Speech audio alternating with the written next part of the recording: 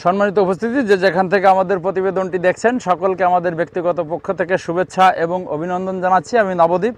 দর্শক, আমরা পেঁপে বাগানে দাঁড়িয়ে রয়েছি, দেখতে পাচ্ছেন। তো নিঃসন্দেহে কিন্তু এখন বলা যায় পেঁপে একটি লাভজনক ফসল, ইহাতে কোনো দ্বিধাদ্বন্দ্ব নাই বলতে। তো এই লাভজনক ফসল এই জন্য বলা হচ্ছে কারণ পেঁপের বাজার আমরা যেটা দেখে থাকি সবসময় কিন্তু আপনার 20 টাকা 25 টাকা এরকম থেকে থাকে। তো 20 টাকা 25 টাকা যখন বাজার থাকে, আর এটা মনে করেন 1 বিঘা জমিতে যদি আপনি পেঁপেটা চাষাবাদ করেন, তো খরচ খরচা বাদ দিয়ে মোটামুটি 6 মাসে যেহেতু ফল আসে, 6 মাস পর থেকে কিন্তু ফলটা ভাঙতে পারবেন। মোটামুটি 1 বছর পর্যন্ত যদি বাগানটা থাকে তাহলে সকল খরচ খরচা বাদ দিয়ে কিন্তু প্রায় 1 লক্ষ টাকা আপনার লাভই থাকে। তো এক্ষেত্রে কিন্তু নিঃসন্দেহে বলা যায় যে পেঁপে একটি লাভজনক ফসল। এবং যদি আমরা পেঁপেকে আবার আপনার এটাও বলতে পারি যে উচ্চ মূল্যের ফসলও যদি বলা হয় সেটাও কিন্তু আপনার ভুল হবে না, সেটাও আমরা বলতে পারবো। তো উচ্চ মূল্যের ফসল এই পেঁপেটা। আজকে আমরা পরিচর্যা সম্পর্কে বলতে চাই। পেঁপে চাষের মূলত বেশ কয়েকটা কিন্তু আপনার প্রতিবন্ধকতা আছে, আমরা সেই প্রতিবন্ধকতা নিয়েই কথা বলতে চাচ্ছি। আজকে আমাদের মেন যে বিষয়টা সেটা হচ্ছে, আজকে আমরা দুটো রোগ নিয়ে কথা বলবো। একটা হচ্ছে আপনার মিলিবাগে কিন্তু পেঁপে বাগান নষ্ট করে দেয়, দ্বিতীয় হচ্ছে পানি জমে, পানি বেঁধে শিকড় পচন লেগে আপনার গাছটা নষ্ট হয়ে যায়, তৃতীয়ত যে কারণে নষ্ট হয় সেটা হচ্ছে আপনার ভাইরাস লেগে। তো দর্শক, আমরা আজকে এই 3টে বিষয় নিয়ে কিন্তু আলাপ করব। আশা রাখছি সকলে আমাদের সঙ্গে থাকবেন। পেঁপে গাছের প্রধান যে শত্রু সেটা হচ্ছে কিন্তু পানি। এই পানি যদি জমে যায়, শিকড়টা পচে যায়, পচন লেগে কিন্তু গাছ নষ্ট হয়ে যায়, কিন্তু কোনোভাবেই আপনি মানে রোধ করতে পারবেন না। পানি যদি জমে যায় পেঁপে বাগান কিন্তু আপনার নষ্ট। তো এক্ষেত্রে আমাদেরকে প্রথমে যেটা করতে হবে, আপনার এখানে যেটা দেখতে পাচ্ছেন আমাদের জমিতে ড্রেনিং সিস্টেমটা কিন্তু খুবই সুন্দরভাবে করা। আর এইটা মনে করেন যে এই যে বৃষ্টির সিজনে কিন্তু আমরা কোনো অবস্থাতেই পেঁপে গাছে সার দেবো না। পেঁপে গাছে যদি সার দেওয়া হয় তাহলে আপনার দুটো দিকে ক্ষতি হবে। গাছ কিন্তু ছোট অবস্থাতেই আর ছোট থাকবে না, মানে ছোট অবস্থাতে ফল আসবে না, গাছ বেশ লম্বা হয়ে যাবে, ফল আসবে কিন্তু বহু উঁচুতে। তো আমরা দর্শক এখানে যেটা করেছিলাম, আমরা কিন্তু ছোট অবস্থাতে সার কখন কি দিয়েছি আমরা এর আগের প্রতিবেদনে কিন্তু বলেছিলাম। আজকে আমরা সার সম্পর্কে আসতেছি না।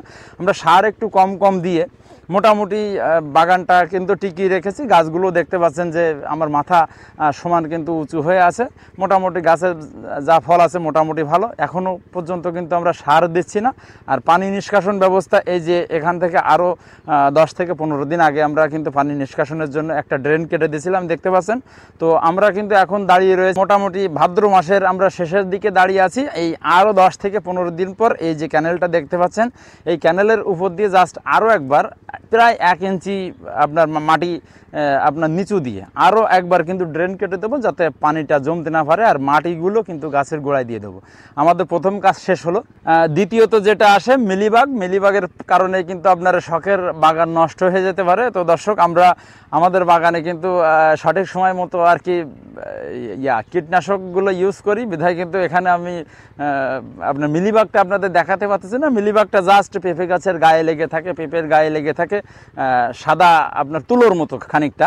আপনার ওটা যখন হাতে নিয়ে চাপ দেবেন দেখতে পাবেন যে ওর ভিতরে কিন্তু লালা জাতীয় হালকা লালচে টাইপের হয়ে যায়। তো ওটাই হচ্ছে মিলিবাগ। তো মিলিবাগটা যদি লাগে আমাদেরকে যেটা করতে হবে, বাজারে বিভিন্ন রকম আপনার বিষ পাওয়া যায়, থয়েট গ্রুপের যে কোনো একটা ঔষধ দিতে পারেন। এক্ষেত্রে আমরা কিন্তু যেটা দিয়ে থাকি, মিলিবাগ যদি লাগে আপনার 20টা থয়েটটা স্প্রে দিলে সপ্তাহে যদি 2 বার, মানে আজকে একবার দিলাম, 6 দিন পরে যদি একবার দেওয়া হয়, তো মিলিবাগ এই পোকাটা কিন্তু একদম নির্মূল হয়ে যায়।